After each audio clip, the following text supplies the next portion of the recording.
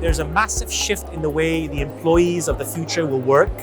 By the end of this year, 80% of the global workforce will be millennials, and the way they want to be managed is completely different to the generation of the past.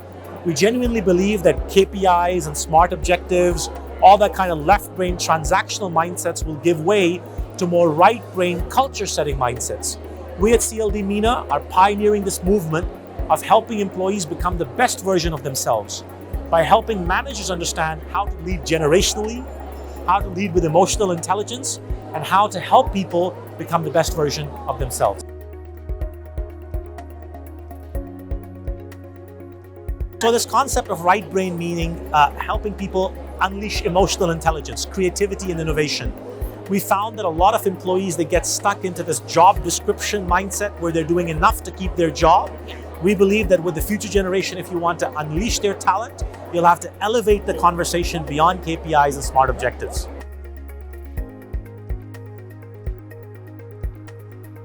Now KPI is getting replaced by KRAs, key result areas, meaning that if I come to you and I say, look, from now on, I'm not going to hold you accountable for the activities or the day-to-day kind of transactions, how many calls you made, how many appointments you booked, or sales you made. I'm going to hold you responsible for the result areas such as customer service or sales.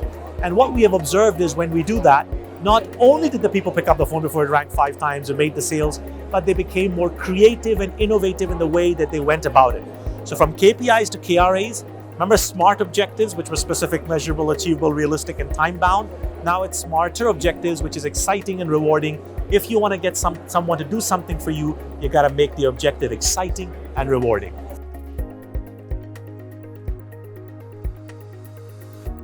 I think, unfortunately, most organizations are still led by people who went to management school in the late 90s, and the mindset was management by objectives and management by transactions and by numbers. Now, I'm not saying that we need to go from 100 to 0, but there has to be a slight shift between just pure transactional management, where managers walked around trying to find people doing something wrong, to more transformational leadership, where leaders walked around trying to catch people doing something right.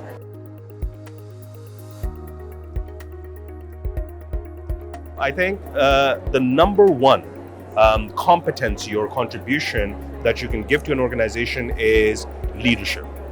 It starts from the top. It starts with a tone that is set by the leadership that is open to change, that is accepting of change, and continues to look at different innovative and creative ways of doing what they're doing. Some of the case studies that we used yesterday highlighted that you could be number one in the world, but if you are not consistently trying to look at future trends, you can be made irrelevant. And examples such as Kodak, examples such as BlackBerry are there for us to be able to learn lessons from, which these organizations were fantastic and at top of the world, and they're not leaders in their organizations anymore, in their industry anymore. So definitely leadership is the number one contribution, followed very closely by the coaching cultures that we encourage organizations to build out.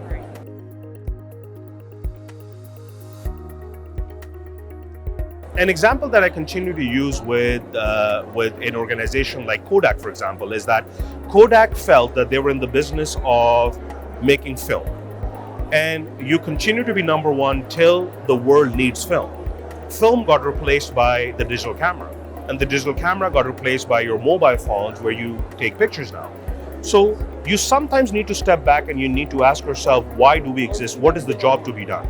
Now, this concept comes from the Harvard Business School, a theory that was championed by Professor Clay Christensen around disruptive innovation. So the job to be done does not change over time. The job to be done for a company like Kodak was to preserve the most important moments of your life. When you realize what you do, what your job to be done is, then the technology or the product can continue to evolve to be able to address that need. So a lesson that most organizations should be taking from this case study is, go back and ask yourself, why do we exist?